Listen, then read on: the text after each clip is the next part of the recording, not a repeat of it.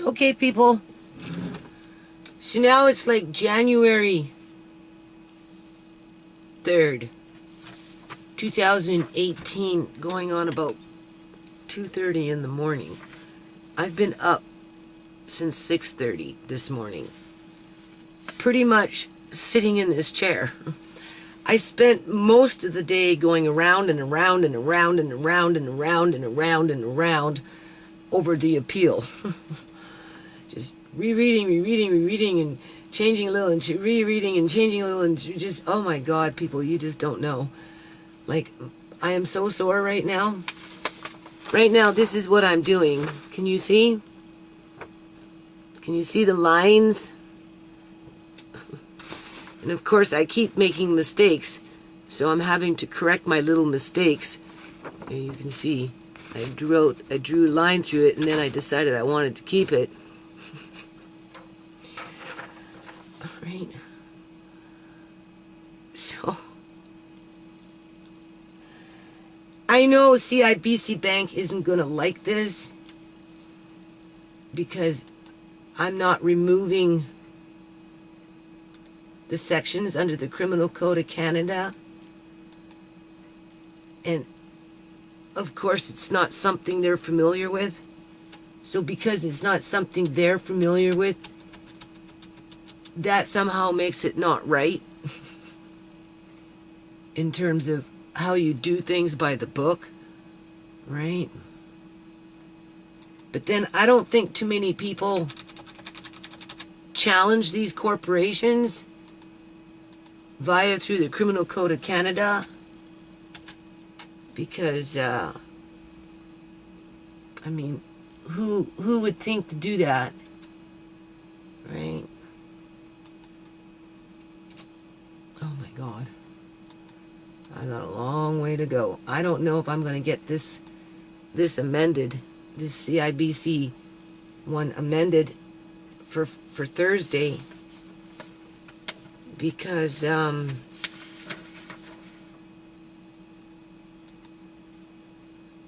tired and there's just too much to do, right? In the manner that I want to do it, people, where I feel our voices are being heard, right?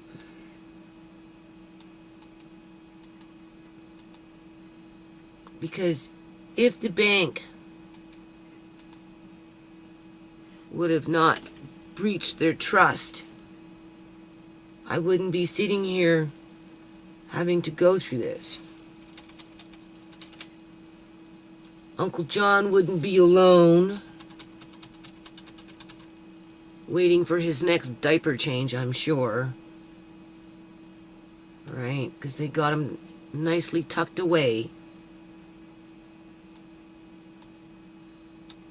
Right? Like their dirty secret. You know, it's just another belt on the notch, right? As far as they're concerned. It's no big deal to them what they do to people. So anyway, I just wanted to point out that I'm still doing this.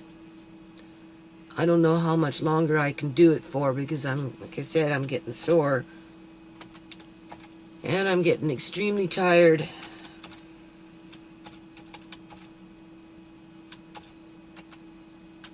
Oh, I think I've done this one before. Maybe not.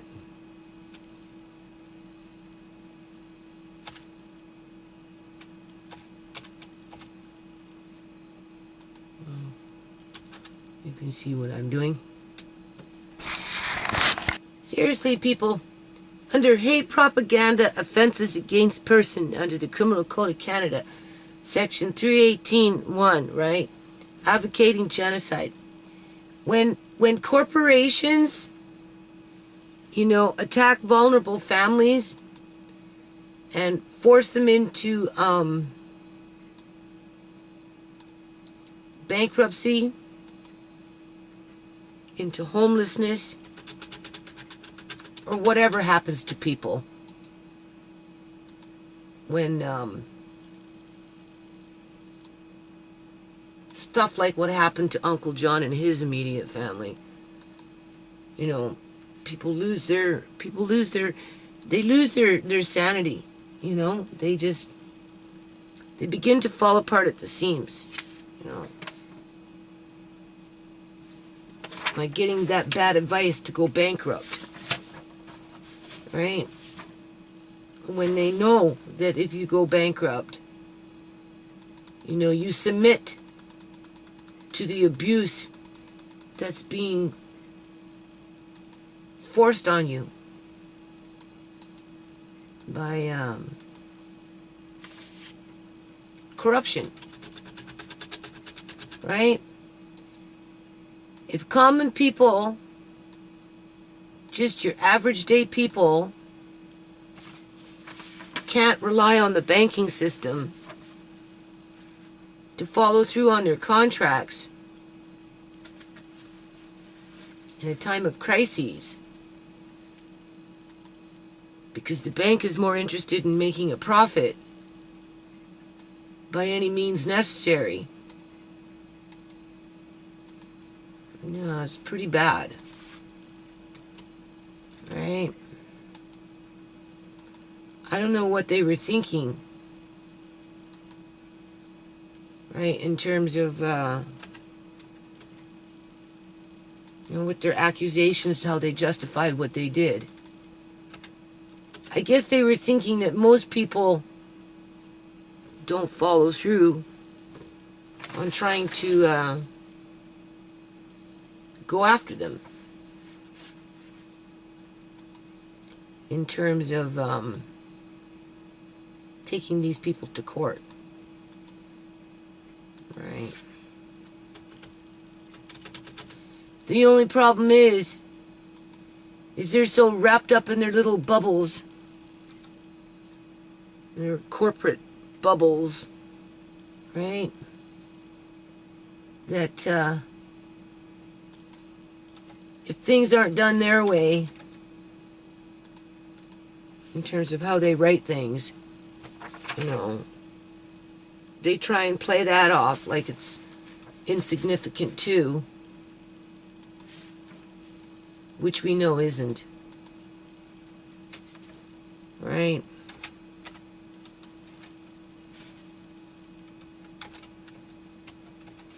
Like the Criminal Code of Canada, it's not insignificant. It's just something that these people don't normally deal with, right? Because nobody ever calls them on it, right? Cops don't call them on it. The general public doesn't call them on it, right? Most people give up, or they're distracted, or they're sent in a different direction, right? This going this direction isn't advised because maybe it has some what do you call it? Some clout, right? Somewhere along the line, it's going to have some clout, because it wasn't just written for nothing.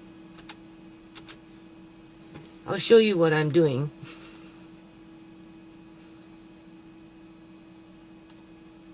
Hold on. Oh, let me just turn this around. It's starting to hurt to move, people. So, violations committed by a CIBC Bank and Fraser Health Authority are, and then I'm just listing them. Do you see? They'd be like, what is wrong with this girl? Hasn't she figured it out? We don't like it like this?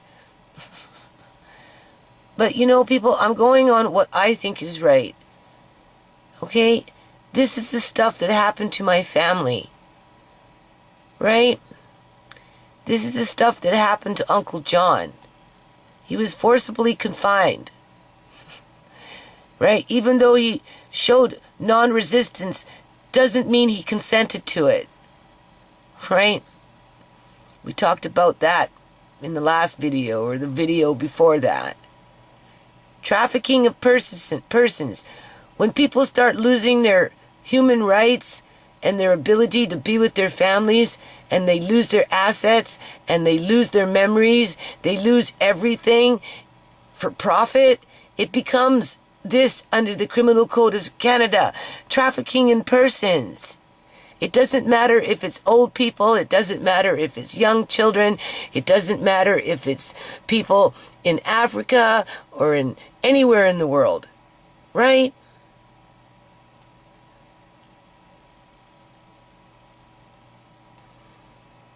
Advocating genocide, right?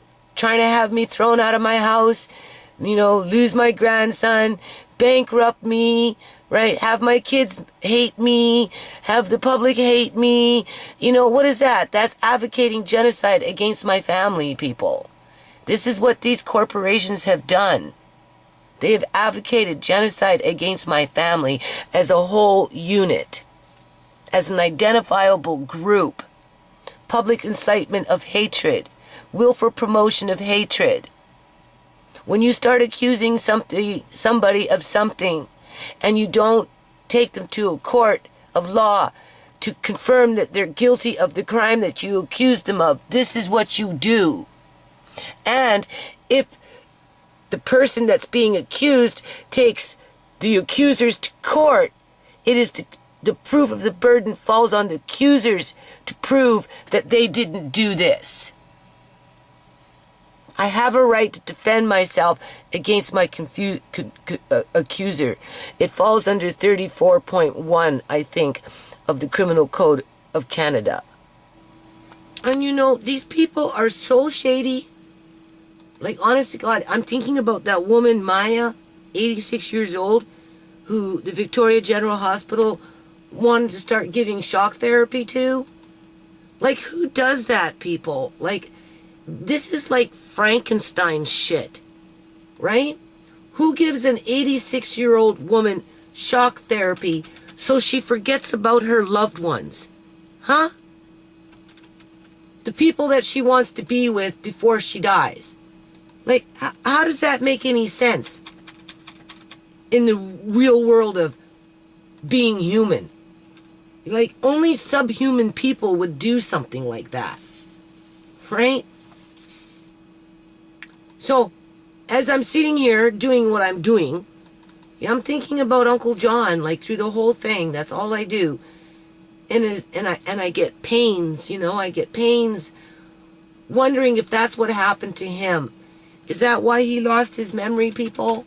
Because they were giving him shock therapy? And don't people, when they get shock therapy, start moving around, right? Maybe he had a adverse reaction to it or something, and he started moving around violently. And because of his legs and everything, it just gimped him up even more, Or maybe he was trying to get out of bed at his sister's house, because he obviously didn't do it at the hospital. Because if he did it at the hospital, injured himself, and was sick for months, do you honestly believe they would have let him out?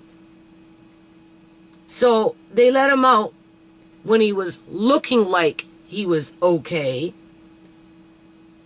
Whether they did shock therapy on him or not, we don't know at this point in life. Right?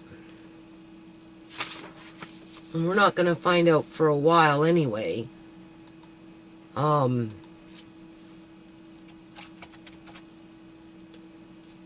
But he must have hurt himself at his sister's house, trying to get up, right? Wanted to walk around like the good old days, Be in his space, right?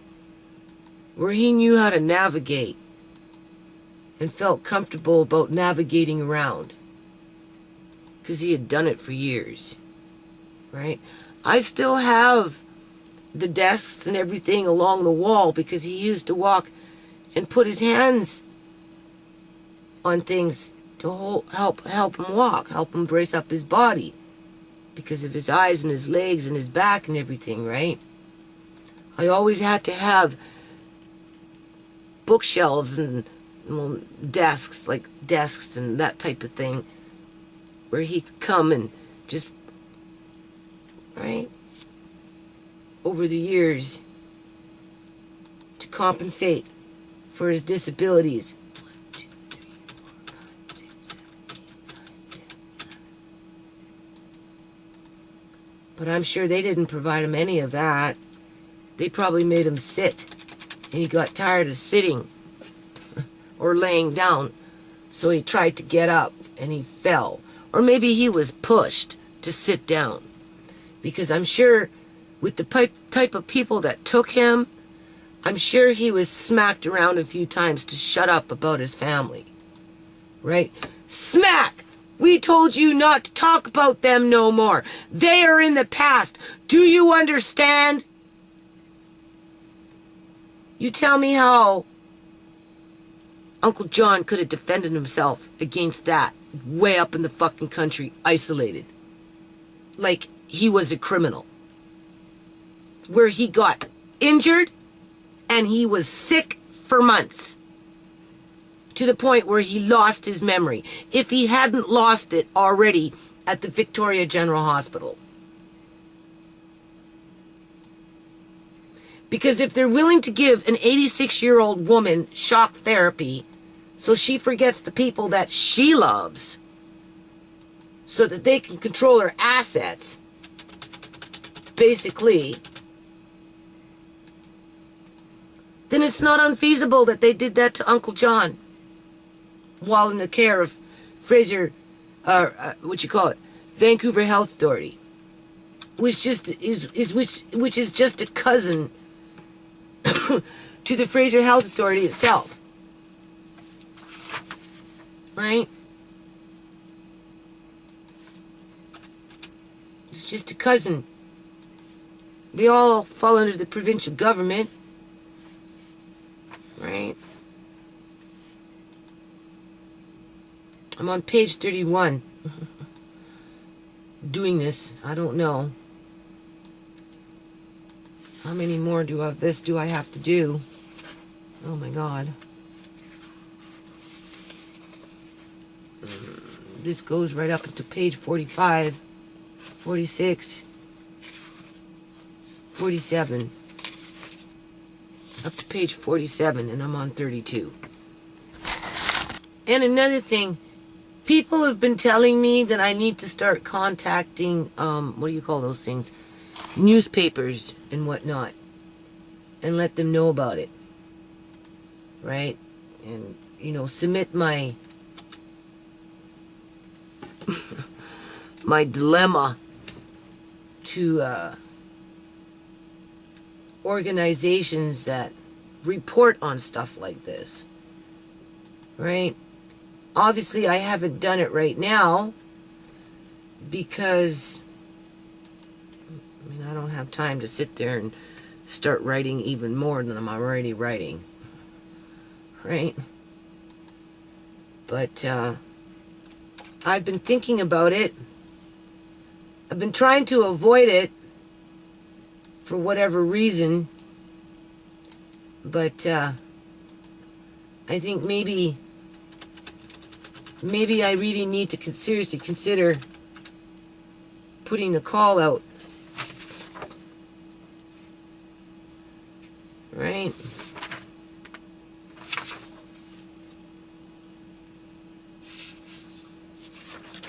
See, I drew a line here. Because this is the first time I've done this. So, I'm making lots of mistakes, right? But this is a very important part in terms of a building or structure or any part thereof other than a dwelling house. Right? In terms of they broke into Uncle John's bank account. That's separate from a dwelling house. Right?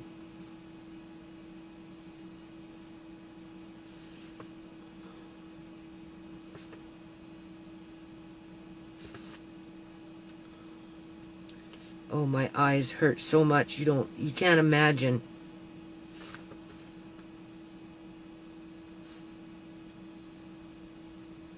I think my younger son is mad at me. 'Cause he asked me to help him with driving today. And I said I couldn't. 'Cause I'm busy. That's what threw me off.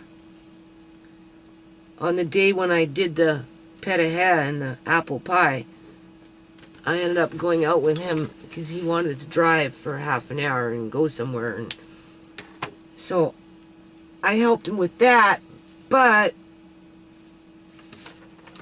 by doing that, it threw out my day. I think I made a mistake. A3. Okay. It threw off my day to the point where I got nothing done. So, after reading his, I don't know what you call it, the inspiration, right?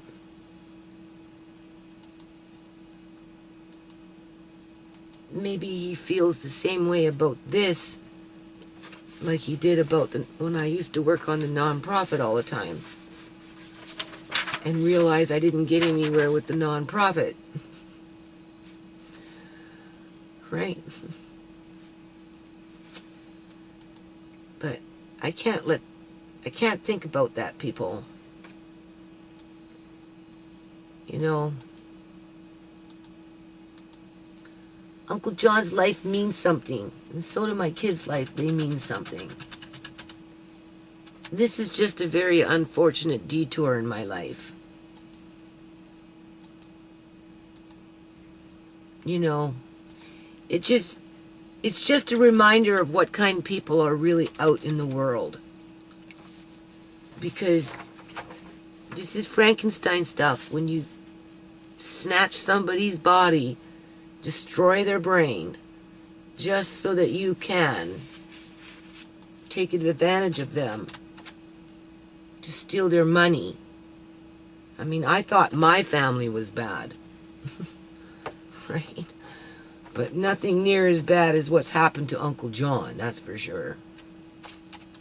Like, I feel so sorry for him. You can't imagine how sorry I feel for him.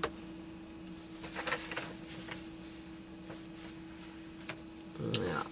So I think I'm going to need a cup of coffee here pretty soon. Because I'm barely moving in terms of being awake here. I've been up since 6:30 in the morning, and it's probably going on 3:30 right now. And I've spent a good 90% of my day right here. Which, in that case, would make my son angry, like the good old days, as Uncle John would say, when I used to work on the nonprofit, to almost the same degree, in terms of the number of hours I'd spend trying to either write proposals or, you know, do research articles, or stuff like that. You know, I wrote a 1 year 50/50 that obviously was cut down at the knees. But besides that point, I did do it. That took a while. Right? It's not easy doing that kind of stuff. Anyway, I think I need a coffee. My stomach is growling. Alright. I want to get I want to get this part at least done before I try and get a couple of hours sleep. Right?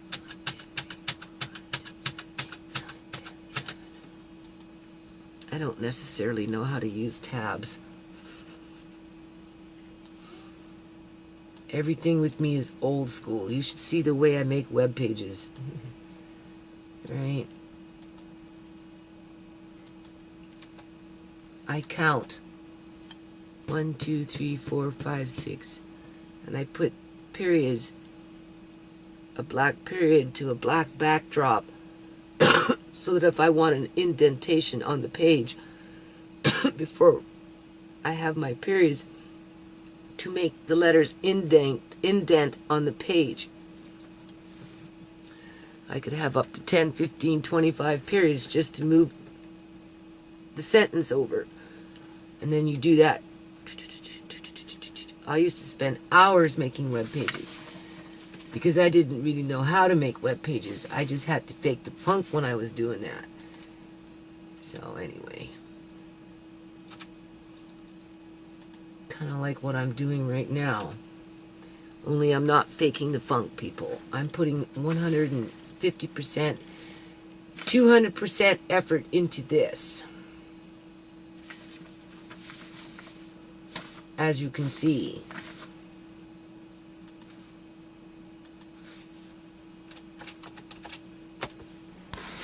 Do you want to know what my family did? Because like I say, I sit here and I think about this scandalous family that John has, right? Like, I mean, like, seriously, how scandalous can you get, right? I thought my family was bad.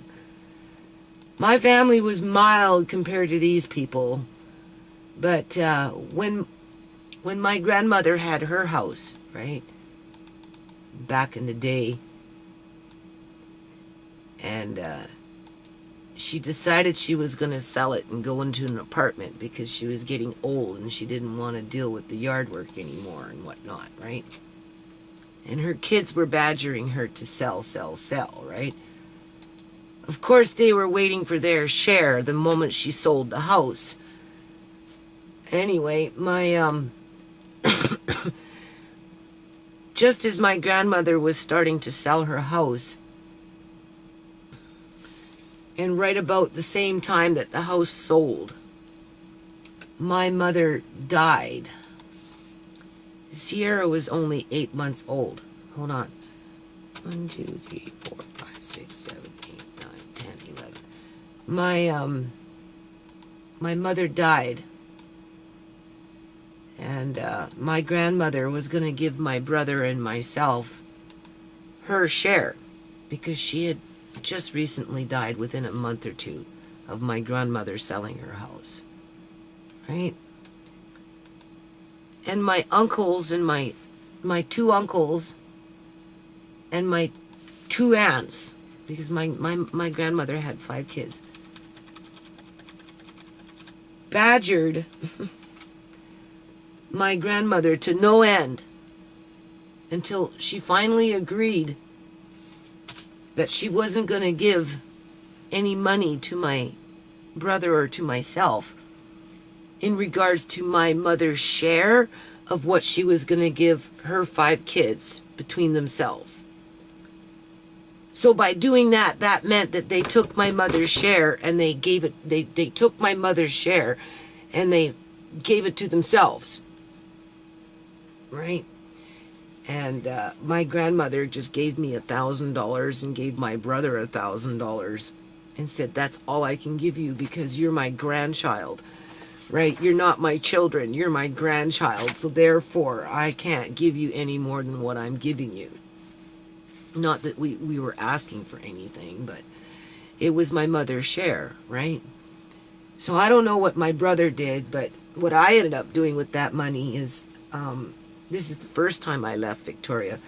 I bought myself a $500 Toyota Corolla. And I told John and whoever, I'm moving. I'm going to Vancouver. I'm going to go start a business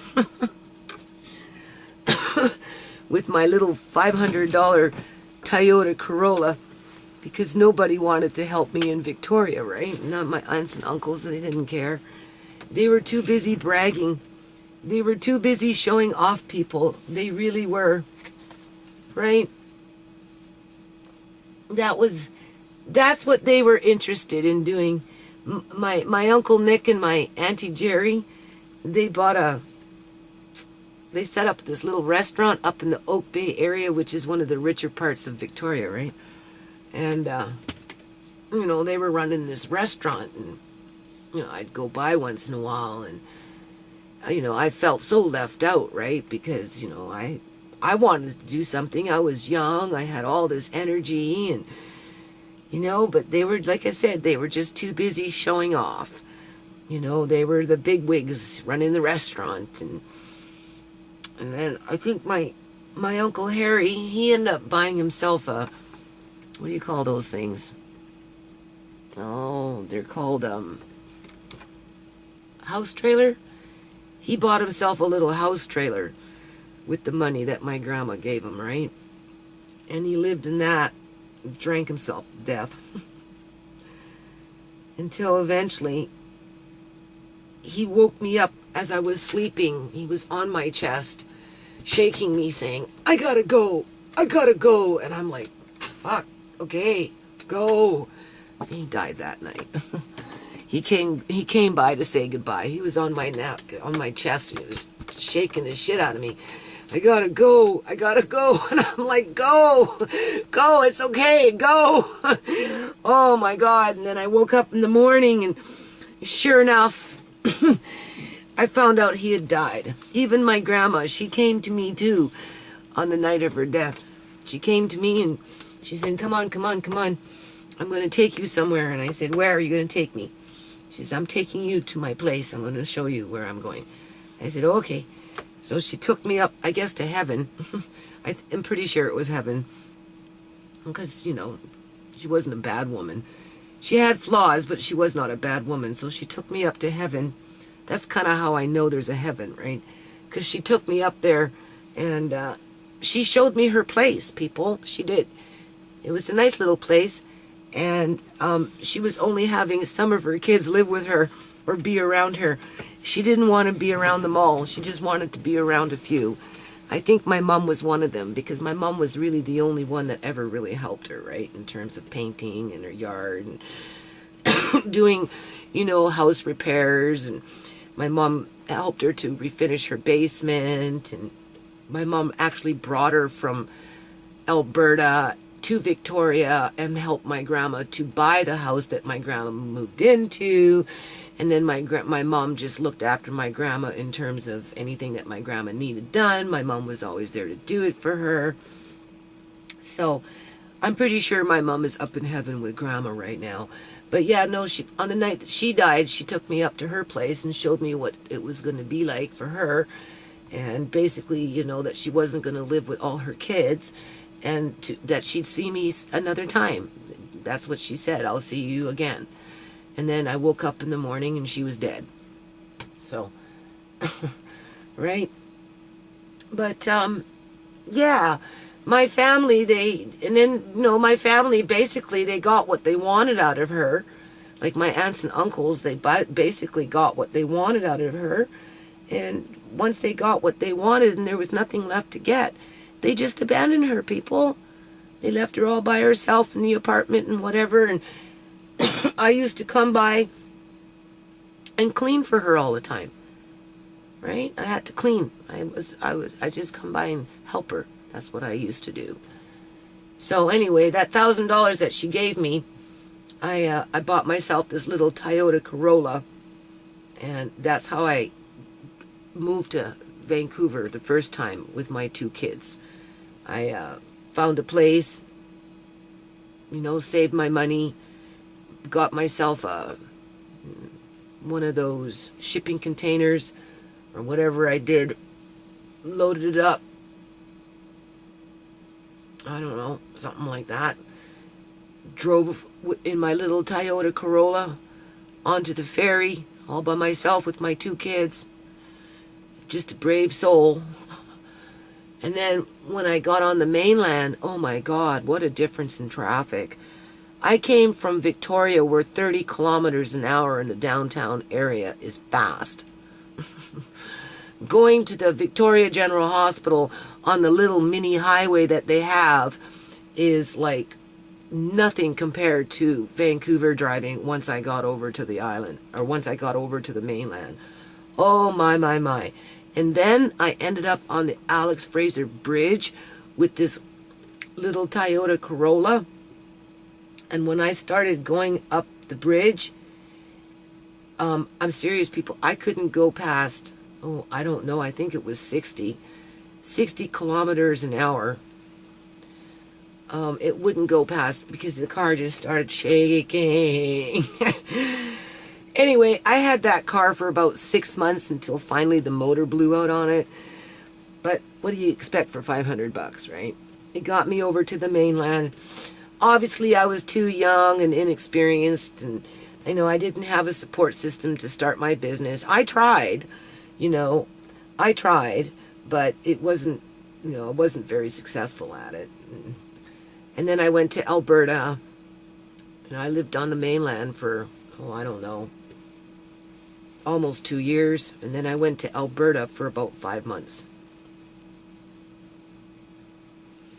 Or maybe I was out in the mainland for 2 years. Anyway, I was gone for quite a while. And then that's when Uncle John was phoning me and asking me to come back. And I'm like, yeah, well, I'm sitting on a snowbank, so, nothing much going on out here. I brought Brooks out to see his dad, and once that was accomplished, and, again, my life wasn't really going anywhere, and, I said, okay. And then he bought me my car out there off of my Uncle Nick. Then he took a bus all on his own, blind as a bat, all the way to Alberta to make sure that I got back safely. And then I stayed at his house with his wife and Debbie for about 3 weeks when I got back from Alberta with Brooks and Sierra. And I stayed at his apartment. That's how I know what their apartment was like, because I was there for 3 weeks, people. And then eventually I moved into my little teeny weeny house up in Oak Bay. And I lived there for a year until they sold the house. So, yeah, like I said, I thought my family was bad, but my family was mild. At least my mother was dead. They didn't try and fucking murder her off to get her money, man.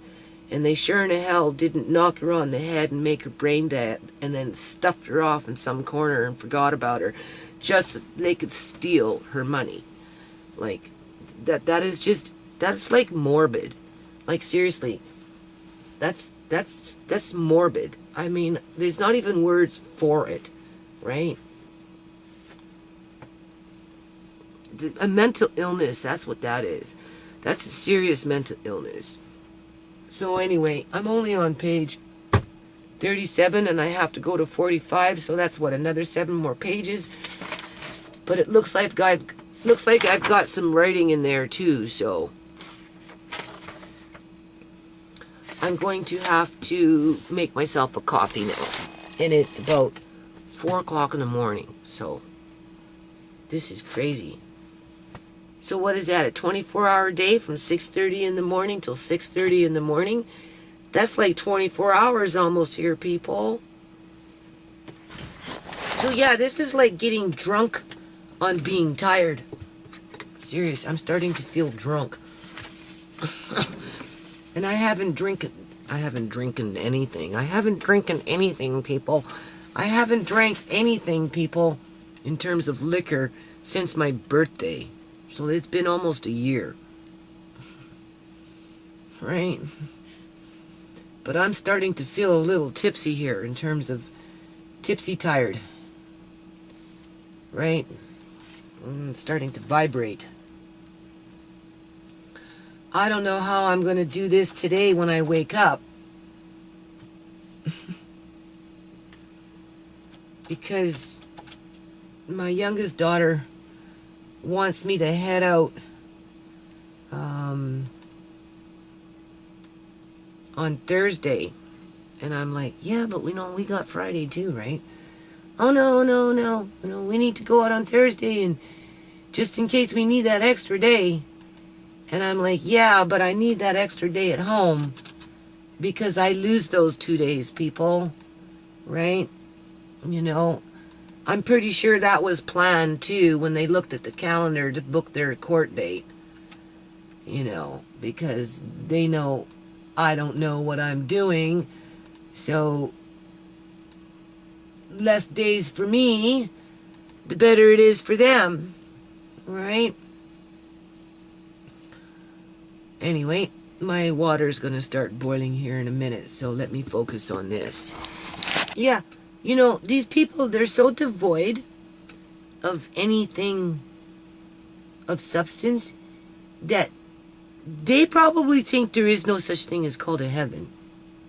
You know, they're Catholic. They come from the Catholic Church. But if you notice, Catholic people, they're always dark, you know. They dressing themselves up like, I don't know, you know. It's more for intimidation tactics, I think, than it is for anything else. You know, they're trying to be superior, right? But, like, does this clan even think that there is such a thing as called heaven? Because if they do think that, people, do you honestly think they're going to make it into heaven after what they've done to their brother and an innocent family? Right? I was talking to my daughter tonight, my youngest daughter. She took Uncle John to Victoria in 2014 in the summer. She was working at McDonald's, right? Because she brought her own spending money and whatnot. And when she was there, she stayed at his sister's Carol's house, right? And while she was there, what do you call it? Everyone complimented her in terms of his brothers and his sisters and the mother to Uncle John. All complimented Tisha on what a nice granddaughter that she was, because she was so doting after him. And then not even a year and a half later, they stab her in the back with a freaking knife just so that they can get rich and then think they're going to heaven. Like, cuckoo, cuckoo. Because they're not making it, people. They're not making it into heaven. God doesn't like ugly. He really doesn't. Not that kind of ugly. Right? You're allowed a few mistakes along the way, but not something like that. Right? As to what they did to Uncle John for his money. So, that's all I wanted to say. I'm sitting here thinking about who gets to go in heaven. Right? You know, what is the criteria to get into heaven? Because there is a heaven, people.